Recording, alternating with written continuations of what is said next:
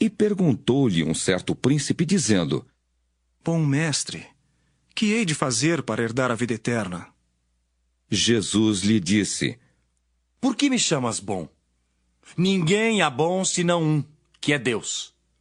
Sabes os mandamentos: não adulterarás, não matarás, não furtarás, não dirás falso testemunho. Honra teu pai e a tua mãe.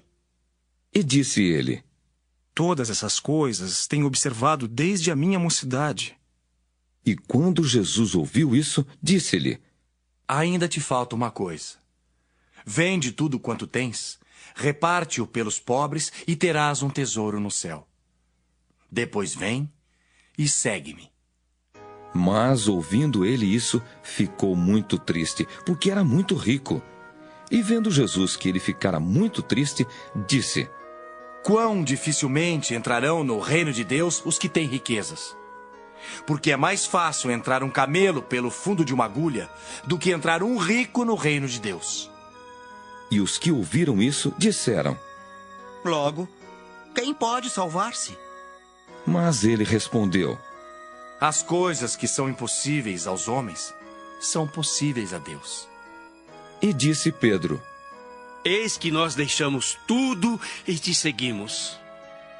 E ele lhes disse: Na verdade vos digo, que ninguém há que tenha deixado casa, ou pais, ou irmãos, ou mulher, ou filhos pelo reino de Deus, e não haja de receber muito mais neste mundo e na vida vindoura, a vida eterna. E tomando consigo os 12, disse-lhes: Eis que subimos a Jerusalém, e se cumprirá no Filho do Homem tudo o que pelos profetas foi escrito. Pois há de ser entregue aos gentios e escarnecido, injuriado e cuspido. E havendo-o açoitado, o matarão. E ao terceiro dia ressuscitará. E eles nada disso entendiam, e esta palavra lhes era encoberta, não percebendo o que se lhes dizia. E aconteceu que, chegando ele perto de Jericó, estava um cego assentado junto do caminho, mendigando. E ouvindo passar a multidão, perguntou o que era aquilo. E disseram-lhe que Jesus, o Nazareno, passava.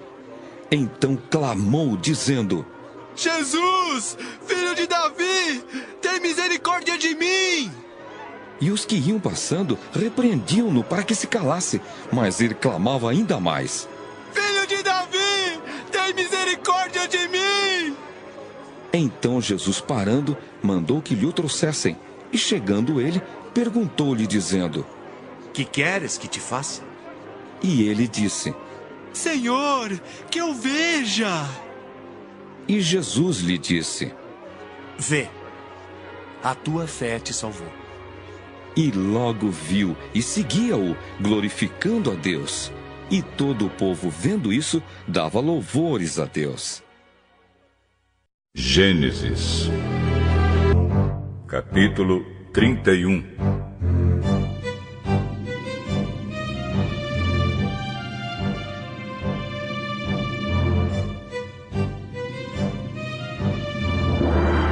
Jacó ficou sabendo que os filhos de Labão andavam dizendo o seguinte: Jacó está tirando tudo que é do nosso pai.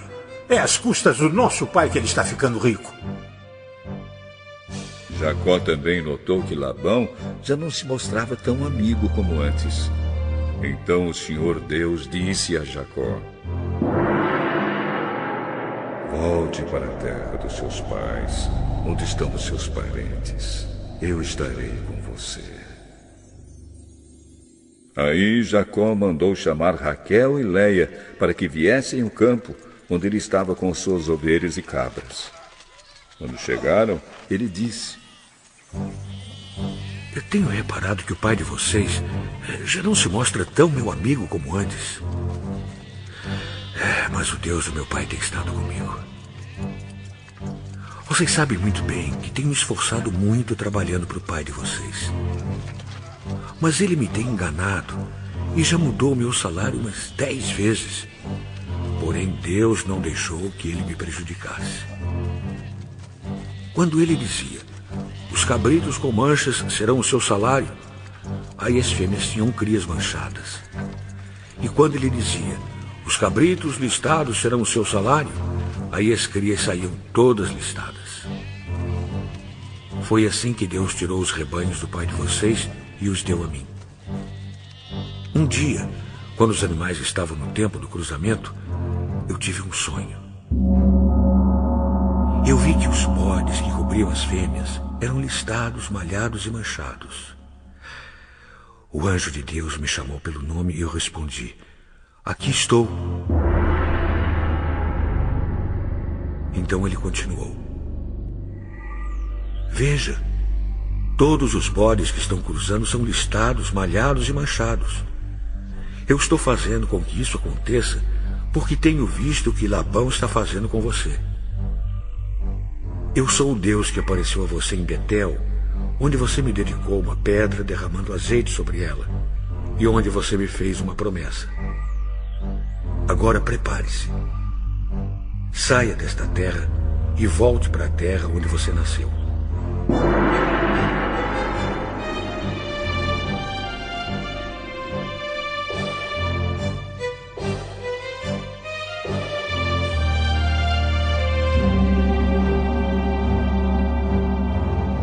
Então Raquel e Leia responderam. Não sobrou nada para darmos do nosso pai. Ele nos trata como se fôssemos estrangeiras. Ele até nos vendeu e depois gastou todo o dinheiro que recebeu como pagamento. Toda a riqueza que Deus tirou do nosso pai é nossa e dos nossos filhos.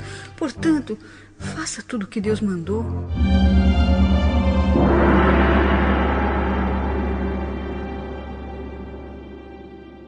Jacó se preparou para voltar a Canaã, onde morava Isaque, o seu pai. Fez com que os seus filhos e as suas mulheres montassem os camelos. Ajuntou tudo o que tinha e partiu, levando todos os animais que havia conseguido com seu trabalho na Mesopotâmia. Labão, o pai de Raquel, havia ido para outro lugar a fim de cortar a lã das suas ovelhas. E enquanto ele estava fora, Raquel roubou as imagens dos deuses da casa dele. Foi assim que Jacó, sem avisar que ia embora, enganou Labão, o arameu, fugindo com tudo o que tinha. Atravessou o rio Eufrates e foi na direção da região montanhosa de Gileade.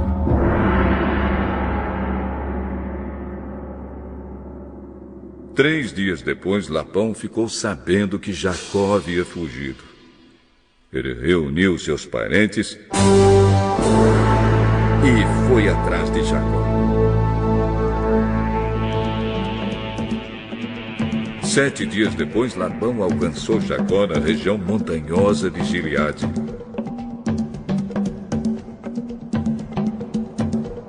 Naquela noite, Deus apareceu num sonho a Labão, o arameu, e disse: Cuidado, não faça nada a Jacó. Labão alcançou Jacó na região montanhosa de Gileade, onde ele estava acampado. E Labão e os seus parentes acamparam no mesmo lugar. Aí Labão disse a Jacó: Por que foi que você me enganou, levando as minhas filhas como se fossem prisioneiras de guerra? Por que você me enganou, fugindo desse jeito, sem me dizer nada? Se você tivesse falado comigo, eu teria preparado uma festa alegre de despedida, com canções acompanhadas de pandeiros e de lírios. Você nem me deixou beijar os meus netos e as minhas filhas. O que você fez foi coisa de gente sem juízo. Eu poderia ter feito muito mal a vocês. Mas na noite passada, o Deus do seu pai me disse assim: Cuidado, não faça nada a Jacó. Eu sei que você foi embora porque tinha saudades de casa. Mas por que foi que você roubou as imagens dos deuses da minha casa?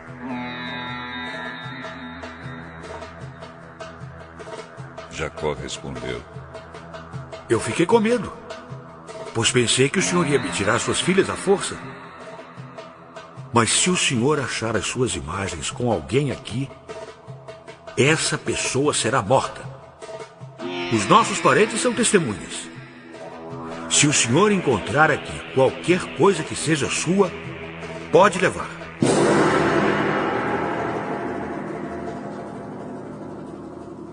Acontece que Jacó não sabia que Raquel havia roubado as imagens. Labão entrou na barraca de Jacó, depois na de Léia e depois na das duas escravas. Porém não encontrou as suas imagens. Então foi para a barraca de Raquel. Aí ele procurou em toda parte, porém não achou nada, pois a Raquel havia posto as imagens numa sela de camelo e estava sentada em cima. Ela disse ao pai: O senhor não fique zangado comigo por eu não me levantar, mas é que eu estou menstruada. Foi assim que Labão procurou as suas imagens, sem as encontrar. Aí Jacó ficou zangado. Ele disse a Labão: O que foi que eu fiz de errado? Qual foi a lei que eu quebrei para o senhor me perseguir com tanta raiva? Agora que mexeu em todas as minhas coisas, será que encontrou alguns objetos que são seus?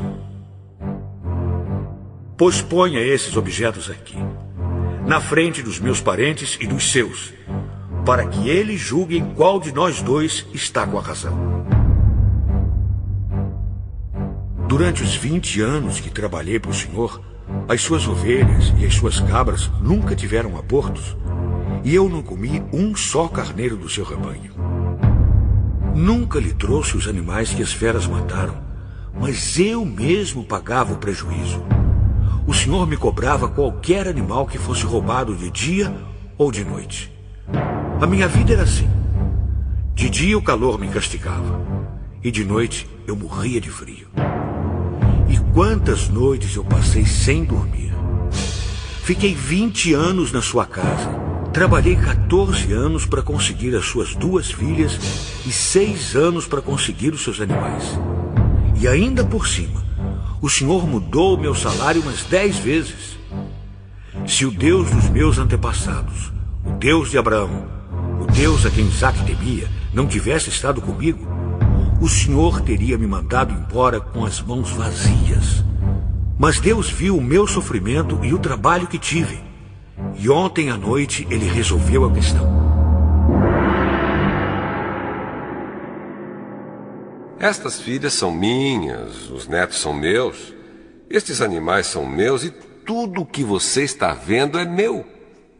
Agora, como não posso fazer nada para ficar com as minhas filhas e com os filhos que elas tiveram, estou disposto a fazer um trato com você. Vamos fazer aqui um montão de pedras, para que lembremos desse trato. Então Jacó pegou uma pedra e a pôs de pé, como se fosse um pilar. Depois disse aos seus parentes que a juntassem e amontoassem pedras. Eles fizeram um montão de pedras e depois tomaram uma refeição ali do lado dele. Labão pôs naquele lugar o nome de Jegar Saaduta, e Jacó o chamou de Galeede. Depois Labão disse: Esse montão de pedras servirá para que nós dois lembremos deste trato. Foi por isso que aquele lugar recebeu o nome de Galeede. E também teve o nome de Mispa, porque Labão disse: Que o Senhor Deus fique nos vigiando quando estivermos separados um do outro. Se você maltratar as minhas filhas, ou se você casar com outras mulheres, mesmo que eu não saiba o que está acontecendo, lembre que Deus está nos vigiando. Aqui estão as pedras e o pilar que coloquei entre nós dois. O montão de pedras e o pilar são para lembrarmos desse trato. Eu nunca passarei para lá desse pilar para atacá-lo, e você não passará para cá desse montão de pedras e deste pilar para me atacar. O Deus de Abraão e o Deus de Naor será juiz entre nós. Então Jacó fez um juramento em nome do Deus a quem Isaque, o seu pai, temia. Ele ofereceu um animal em sacrifício ali na montanha e convidou seus parentes para uma refeição. Naquela noite eles comeram e dormiram ali na montanha. Na manhã seguinte, Labão se levantou bem cedo, beijou as suas filhas e os seus netos e os abençoou. E depois foi embora, voltando para sua terra. O livro dos Salmos.